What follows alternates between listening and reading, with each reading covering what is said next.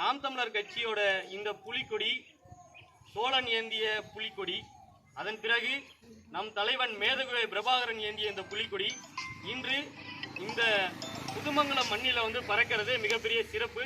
அதை ஏற்பாடு செய்த இந்த உறவுகளுக்கு முதல்ல புரட்சி வாழ்த்துக்கள், வணக்கம். அடுத்ததாக நம்மளோட அரசியல் சாதாரண அரசியல் கிடையாது.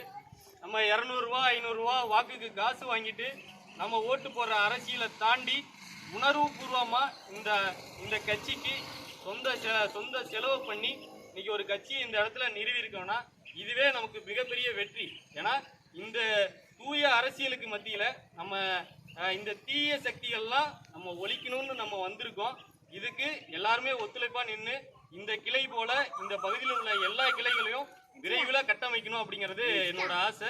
அதை விரைவில் நாங்கள் கட்டமைச்சு இந்த நாம் தமிழர் கட்சி அண்ணனை சீமானை உறுதியாக நாங்கள் சட்டமன்றத்தில் அனுப்புவதற்கான வேலைகளை உறுதியாக நம்ம செய்வோம். அதை தாண்டி நம்ம அரசியல் அடுத்த தலைமுறைகளுக்கான அரசியல், அனைத்து உயிர்களுக்குமான அரசியல், இது எல்லாமே மக்கள்கிட்ட கொண்டு போய் சேர்க்கக்கூடிய வேலை நம்மளுது. அந்த வேலையை எல்லாரும் உறுதியேற்று மக்கள்கிட்ட கொண்டு போய் சேர்த்து மக்களின் நல்வாழ்வுக்கு நல்ல ஒரு தூய அரசியலை நம்ம படைக்கணும்னு இந்த நேரத்தில் உறுதியேற்று விடைபெறுகிறேன். நன்றி, வணக்கம்.